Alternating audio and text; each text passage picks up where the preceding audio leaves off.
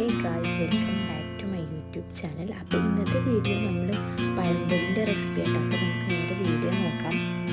ഞാനിതാ ഇവിടെ ഒരു ബോൾ എടുത്തിട്ടുണ്ട്. അതിലേക്ക് ഇതാ 1/2 കപ്പ് മൈദ ഇട്ട് കൊടുത്തിട്ടുണ്ട്. ഇനി ഒരു 4 ടേബിൾ സ്പൂൺ കടലമാവ് ഇട്ട് കൊടുക്കാം.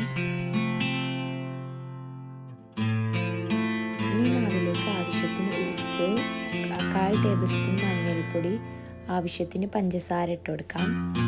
2 ടേബിൾ സ്പൂൺ അരിപ്പൊടി, 2 ടേബിൾ സ്പൂൺ ദോശമാവ് കൂടി ഒഴിച്ചു കൊടുക്കാം. എന്നിട്ട് ഇതെല്ലാം കൂടി മിക്സ് ചെയ്ത് കൊടുക്കാം.